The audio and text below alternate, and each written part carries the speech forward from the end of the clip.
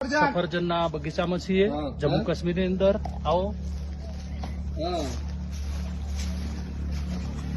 આજે શરૂઆતની અંદર આવતા હોય છે ત્યારે છે તમને બતાવું. શરૂઆતની અંદર છે આ નાના મોટા, અને એના પછીની વાત કરું તો બહુ મોટા સફરજન છે. જુઓ, ખરેખર આ ખેતી કરતા ખેડૂતો માટે બહુ સારી વાત છે. સફરજનની ખેતી છે જમ્મુ કાશ્મીરની અંદર છે. આવો બતાવું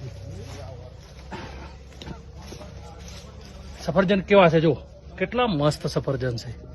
અમે અમરનાથ ફરવા આવ્યા હતા, દર્શન કરવા બાબા બર્ફાનીના દર્શન કરી અને પાછા રિટર્ન આવતા અમને એક સફરજનનો બગીચો જોવા મળ્યો.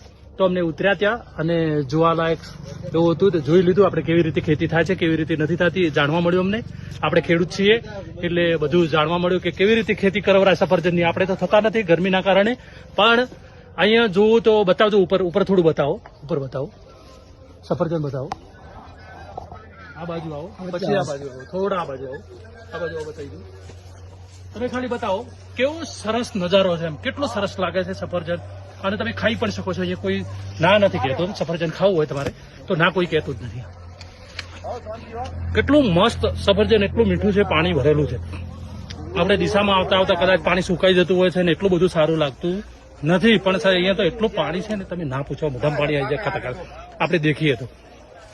ચલો બીજી વાર બીજો બગીચો પણ બતાવશું જાશું. એટલે આટલી વાર આ સફરજન ખાઈ લઉં. શેખ જય શ્રી રામ, જય બાબા બર્ફાની, જય માતાજી.